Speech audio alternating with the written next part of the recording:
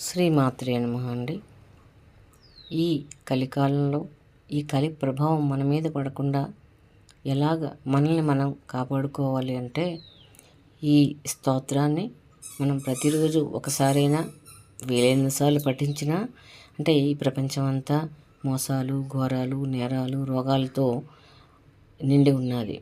అయితే వీటి నుంచి మనల్ని కాపాడుకోవాలంటే ఈ స్తోత్రం చదువుకోవాలి.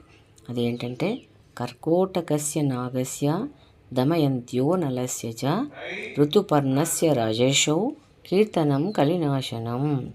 కర్కోటకస్య నాగస్య దమయంత్యో నలస్య చ ఋతుపర్ణస్య రాజేశే కీర్తనం కలినాశనం. అంటే ఈ నలుగురిని మనము రోజు స్మరించుకోవాలన్నమాట. కర్కోటకుడు, దమయంతి, నలుడు, ఋతుపర్ణుడు. ఇది లేదా నల దమయంతి కథ విన్నా మనకి ఈ కలిదోషాన్ని నుండి మనం తప్పించుకోవచ్చు.